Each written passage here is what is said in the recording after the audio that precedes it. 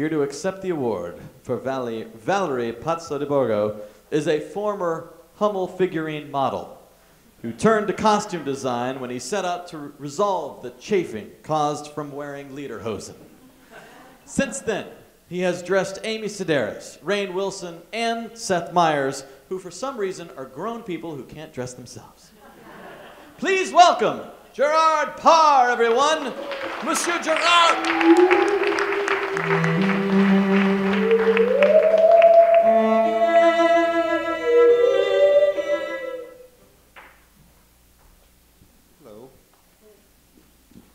This piece of paper to pretend I wrote something before I came here like everybody. And I just got to say a quick few things. The previous people that spoke rose the bar so high, I just am falling off a diving board right now so fast. And Bama, I love your outfit. I really love your outfit. In fact, I'll tell you why I love your outfit in this presentation of Selfishness, which is going to be about me talking about it. I saw Delicatessen years ago when it first came out. I was young. I was on University Avenue. I went with a group of people driving a Volvo that were the biggest francophiles and so smug, I hated the movie more than anything on God's green earth.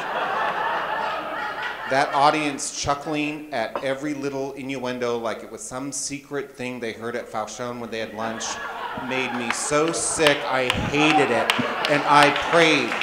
I have not wanted an earthquake in Seattle more than Folklife Festival or the Promise Keepers than I did that day there. But thanks to this program, I was reinvited to watch Delicatessen in a much brighter eye, and I absolutely love the costumes. But there's something I've got to shout out to that did not get mentioned, even though she's the most celebrated designer in Hollywood, next to our, well, should I say it? If James is watching, I won't say it, but you know why you're not working right now, my friend. But you're a genius. Is Silence of the Lambs. I'm very disappointed that Silence of the Lambs was not nominated. It should have been nominated in '91 for costumes. And people may say, why? You know what? We all notice costumes when they're great.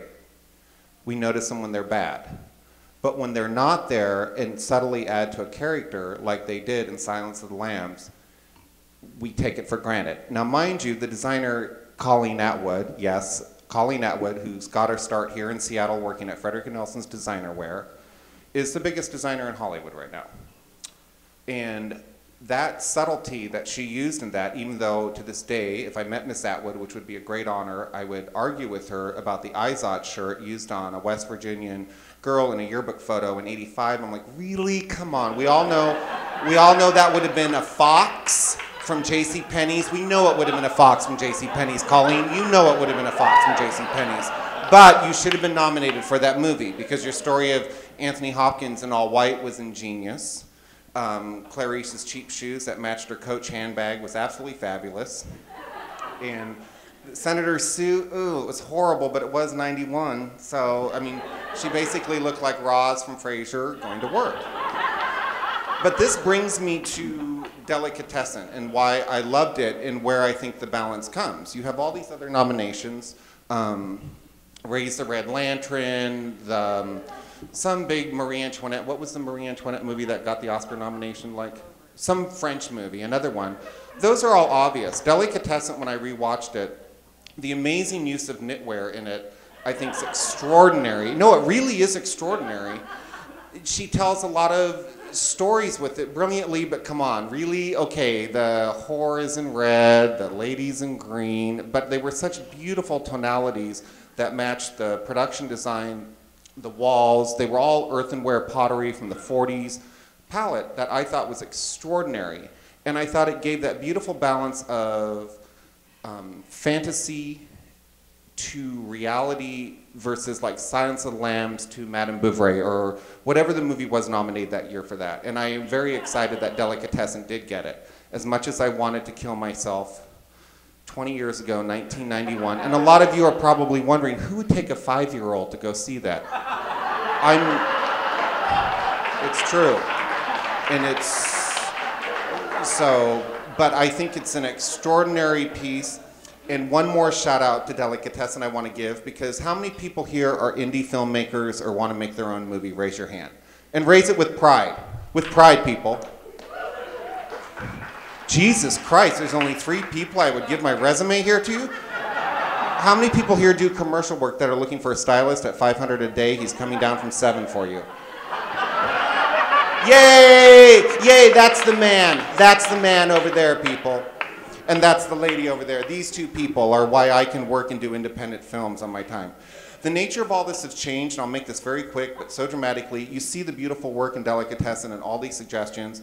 Melena Cavanero, one of the biggest costume designers in history, one that I truly worship as a costume designer, said this recently in the Costume Designers Guild newsletter, and it struck resonance. She goes, we're not getting the budget, and we're not getting actors anymore because of the jet age, because of people like Miss Moore that was mentioned earlier, and God, you know I want more of those stories.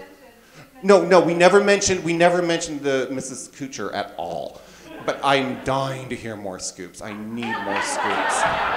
I need more. And I just want to give one quick shout out to, along with this weird tangent, Ruth Morley, who had designed, she's up there for Addams Family. She passed away, discovered a beautiful, talented artist here in Seattle named Darbury Stendaroo, who does silk. Yes.